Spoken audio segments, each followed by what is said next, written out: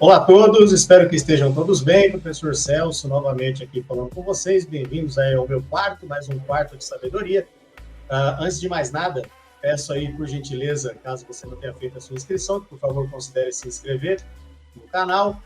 Deixe também aí seu comentário, dê sua curtida, compartilhe o vídeo, que isso ajuda a espalhar a palavra, vamos dizer assim, tá? O tema hoje é um tema simples, tá bom? É só uma troca de ideias muito rápida, que tem a ver justamente com a importância de se aprender história, né? Por que eu aprendo história? O que me faz se sentir, entre aspas, digamos assim, meio que na obrigação de entender o que é a história e para que ela serve. Então, vamos lá. Vou me atentar a questões históricas de quando surgiu, de quem foi, de quem fez, e que pai, piriri, pororó. Não, um papo mais reto, uma coisa mais tranquila, só para a gente poder entender. Vamos lá. A princípio, a gente fala que história é o estudo da ação humana no tempo e no espaço. Ou seja, tudo que nós, seres humanos, fazemos dentro de um espaço geográfico através do tempo, isso a gente chama de história. Tranquilo? Facinho de entender, né? Pois bem. Agora, no meu caso, na condição de professor de história, eu posso dizer o seguinte: é extremamente importante a gente entender a própria história e a história do mundo como um todo, tá? Por algumas razões. Primeiro, evita o revisionismo, tá? E o que é o revisionismo? É quando eu, tá, pego um fato histórico e coloco esse fato para concordar com aquilo que eu acho que deveria ser, tá bom? E o importante não é o que eu acho, não é o que eu acredito. O importante é o que eu sei. Então, estudar história faz com que eu possa ser capaz de saber sobre os fatos e, a partir daí, ter condições de interpretar este fato à luz do tempo dele, não do meu tempo. Tudo bem? Onde que isso pode ser bem utilizado? Por exemplo, é comum nas escolas, tá? A gente divide, existe a parte da história geral, vai falar da Europa, do Oriente, tudo mais, vai ter a história do Brasil. Quando a gente fala em história, fala da divisão da história, né? Idade antiga, idade média, idade moderna, idade contemporânea, nós estamos falando dessa divisão histórica de eventos que aconteceram na Europa, tá? Então, a história, de certa forma, é uma história eurocêntrica, onde somente o que aconteceu na história teria valor. Será? Nem tanto, tá bom? Mas historiadores lá por volta do século XIX, mais ou menos, começaram a fazer essa divisão e, a partir daí, eles acharam que estava bom assim para que a história fosse contada. Ou seja, não se falou da América, não se falou da África, não se falou da Ásia, não se falou da Oceania, só se falou da Europa. Em um momento ou outro, quando europeus interagiam com esses outros povos, aí a história aparecia, tá? E na Idade Média é interessante a gente comentar por quê? Como nós sabemos que a Idade Média foi um período, né, que vai de 476 depois de Cristo até 1453, ou seja, da queda do Império Romano do Ocidente até a queda do Império Romano do Oriente, tá? Ocidente e Oriente, a gente vai ter ali a ação dos reis, tá? Das suas monarquias, que depois, né, a gente vai passar pelo feudalismo, no feudalismo a gente vai ter depois as cruzadas, no período das cruzadas a gente vai ter depois a Guerra dos 100 Anos, durante esse ínterim nós vamos ter a Inquisição, durante a Inquisição, mais para frente, nós vamos ter a Peste Negra, a gente vai ter a Guerra dos 100 Anos, então a gente vai ter vários eventos que vão falar, obviamente, de coisas que aconteceram na Europa e que, em dado momento ou outro, vai servir para a nossa interpretação. E onde que está o perigo do revisionismo? Está em justamente você, que de repente quer aprender história, você tentar pegar o fato histórico e colocar de acordo com aquilo que você crê enquanto religioso, por exemplo. Tá? De repente, o fato de você ser católico faz com que você queira defender a Igreja Católica. Tudo bem você querer defender a Igreja Católica, se você é católico e você se sente bem fazendo isso, tá ótimo. Mas lembre-se, você está estudando história. E durante esses fatos, lembra? ação do homem no tempo e no espaço, homens que eram da Igreja Católica, que comandava a Igreja Católica, fizeram coisas durante esse período que precisam ser contados, tá bom? E falar sobre a história, remeter à história, interpretar o fato à luz do seu tempo, não é falar mal, é falar o que aconteceu. Então, se de repente você, aluno de história, está escutando o seu professor falar de repente sobre cruzadas ou sobre Inquisição, e você achar que o seu professor está falando mal da Igreja Católica, tenta prestar mais atenção no que ele está falando. De repente ele está falando do fato e você está levando para o lado pessoal. E lembra, professor, pelo menos o que eu conheço, e aí eu posso falar de mim também, nós dificilmente damos opinião, tá? O problema qual é? Tem professor que sabe muito, sabe? E esse professor que sabe muito, ele fala com tanta propriedade, com tanto amor àquilo, porque ele realmente estudou, ele se dedicou, que parece que ele está sendo arrogante, parece que ele está sendo assim metido à besta por estar falando algo que, como você não sabe, você fala, mas isso é sua opinião. Não, ele estudou um pouco mais que você. E você consegue estudar também. Basta você se dedicar. A dedicação faz parte do processo. Porque olha que interessante. Vamos falar de um outro período aqui do Brasil. Ditadura militar. Né? Ditadura civil-militar ou regime militar. Né? Você pode dar esses 3 nomes que está certo. Se você chamar de ditadura militar, está correto. Se chamar de ditadura civil-militar, está correto. Se chamar regime militar, está correto também. Qual período? 1964 até 1985. E o que nós tivemos nesse momento? Nós tivemos crescimento econômico, mas nós tivemos arroxo salarial, nós tivemos perseguição a políticos opositores, nós tivemos prisão de opositores, nós tivemos tortura de opositores, nós tivemos cancelamento de CPF de opositores. O Brasil cresceu economicamente? Pois bem, mas o crescimento econômico não se refletiu no bolso do trabalhador brasileiro. E tudo isso são fatos. Tá? Falei mal da ditadura em algum momento? Não. Eu só falei o que foi a ditadura. Isso bem rápido, inclusive, tá? Porque falar de ditadura é aula para 1 hora e meia, se você fizer com bem trabalhado para falar de ditadura para aquelas pessoas que querem aprender. Por exemplo, quando nós falamos das cruzadas, né? Nós tivemos, se não me falha a memória, em torno de 8 cruzadas que foram registradas. Nós tivemos a cruzada dos mendigos, cruzada das crianças, cruzada dos reis, né? E foram eventos, né, que, segundo a história nos conta, foram o quê? Expedições militares / religiosas que queriam o quê? Tomar Jerusalém dos muçulmanos. Só que também tinha a intenção do quê? De criar naquela região territórios onde nobres europeus estariam tomando conta, porque, querendo ou não, o feudalismo precisava prevalecer. Isso são fatos. O professor não está falando mal. Então, quando você se dedica ao estudo da história, você precisa ser imparcial. Você consegue todas as vezes? Não, nem o professor consegue.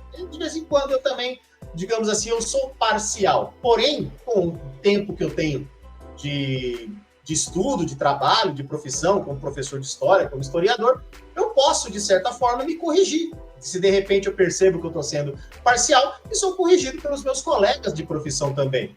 Celso, você exagerou nesse ponto. Celso, você talvez tenha pesado muito a mão para um lado e deixado de falar do outro. Pois bem, somente a experiência faz com que a gente possa entender que está errado. Qual é o nosso maior problema na internet? Principalmente para professores. Tem muita gente se passando por professor. Tem muita gente falando que sabe o que na verdade não sabe. Tem muita gente fazendo revisionismo histórico acreditando que está falando de história, acreditando que está contando os fatos. E isso é muito perigoso. Isso é extremamente perigoso para quê? Para a nossa própria história, para o nosso próprio entendimento enquanto sociedade. Porque se a sociedade não se reconhece como ator dessa própria história, nós estamos fadados a ter que ouvir o que os outros dizem, o que é correto para nós, e a gente tem que aceitar. Isso chama-se ideologia. Então, quando um povo se reconhece como parte da história e o povo faz com que essa história seja presente, aí sim a gente pode falar que a história está sendo feita. Como, por exemplo, o movimento negro, tanto nos Estados Unidos quanto aqui no Brasil. Tá? Lembro um tempo atrás que teve gente que estava falando que Zumbi dos Palmares tinha escravizados. Eu estou tentando achar a fonte e não encontrei até hoje. Tá? Mas teve gente que falou isso. Então, em história, o importante são as fontes. Se eu estiver conversando com você sobre vários temas, vai dar tempo de eu estar lendo para você a fonte, explicando tudo bonitinho? Depende. Se você quiser que o vídeo tenha 4 horas de duração, até dá. Em alguns casos, o professor de história que estiver fazendo uma aula no YouTube, ele vai colocar as fontes na descrição do vídeo. Ou, sei lá, no final do vídeo, em alguma outra tela que vai aparecer. Aí ele coloca, tá? Outra coisa perigosa, inteligência artificial. Quer estudar história? Não pergunte para a inteligência artificial. Vá a um livro, busque os livros, vá a uma biblioteca. Se você não consegue ir à biblioteca, pesquise na internet, mas não vá no primeiro site que aparece, porque eles são, a maioria é patrocinado. Não estou dizendo que ele é ruim, só que pode ter coisa melhor um pouco mais nas páginas adiante que você vai procurando. Não tenha preguiça de pesquisar, não tenha medo de ler, tá? História é leitura, história é pesquisa, história não é achismo, tá? História não é imaginação, não é conto de fadas.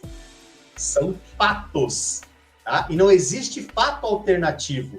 Fato alternativo a gente chama de mentira, tá bom? Não existem realidades paralelas para que você possa entender que aquela realidade é a certa, enquanto a que você vive não é, porque você está sendo iludido e saiu da chamada Matrix. Não, querido. Nós não saímos da Matrix por uma questão bem simples. Não tem Matrix. Isso aqui é o real. Tudo que acontece à nossa volta faz parte da história. E cabe a nós, cidadãos, e no meu caso, professor de história, interpretar esses fatos. Então, o que eu aconselho você, caso você se interesse em aprender história? Primeiro, escolha um tema. Segundo, busque as fontes, sejam elas materiais ou até imateriais. Mas, professor, o que é uma fonte material? Quer ver um exemplo? O carnaval. O carnaval, além de ser um patrimônio, é uma fonte material. O que é o material? O material é aquilo que você pega, o imaterial não. A tradição oral, fontes imateriais. Você ficar próximo dos mais velhos e perguntar coisas a respeito do bairro onde você mora, você ir a uma associação Amigos de Bairro para tentar descobrir documentos que falam da região onde você vive ou até mesmo de onde você nasceu. Pesquisa, você tem que ir a campo, você tem que ir à fonte. De repente ela não está na internet. Se você quiser aprender, sei lá, alguma coisa específica sobre a civilização asteca, de repente você tem que viajar até o México. Entendeu? Então, para que você seja um estudante de história, ou se você admira a história e você gosta da história e você quer aprender mais sobre história, evite locais onde há revisionismo histórico. Você não vai aprender lá, tá bom? Digo isso porque, infelizmente, isso também é um fato, tá? Quando lidam com revisionismo, não estão preocupados em ensinar você, estão preocupados, aí sim, em doutrinar você a respeito de algo que esse revisionista acredita. E se você não prestar atenção e você, sei lá, de certa forma está sendo levado na conversa, você também vai começar a acreditar que aquilo é verdade. Lembra? Aquilo ali vai ser um fato alternativo. E fato alternativo a gente chama de mentira, tá bom? Outra coisa, muitas fontes, tá? Professor, quero estudar sobre a Guerra do Paraguai. Posso pegar o livro didático? Pode, mas ele não vai te dar todas as informações necessárias. Você vai ter que pesquisar em museus, em bibliotecas, quiçá você tem que ir até o Paraguai para ver a visão de quem perdeu a guerra. Porque disseram para mim certa vez, e parece que é verdade de vez em quando, a história é contada por quem vence. Nós aqui no Brasil falamos português. Nós aqui no Brasil fomos colonizados por católicos. Mais para frente vieram os protestantes, depois vieram os judeus, depois os muçulmanos, depois os protestantes, tá? Então nós temos todo um emaranhado de culturas religiosas aqui, né? Na sua grande maioria monoteísta, mas nós temos também o culto africano do candomblé, nós temos o culto brasileiro, né?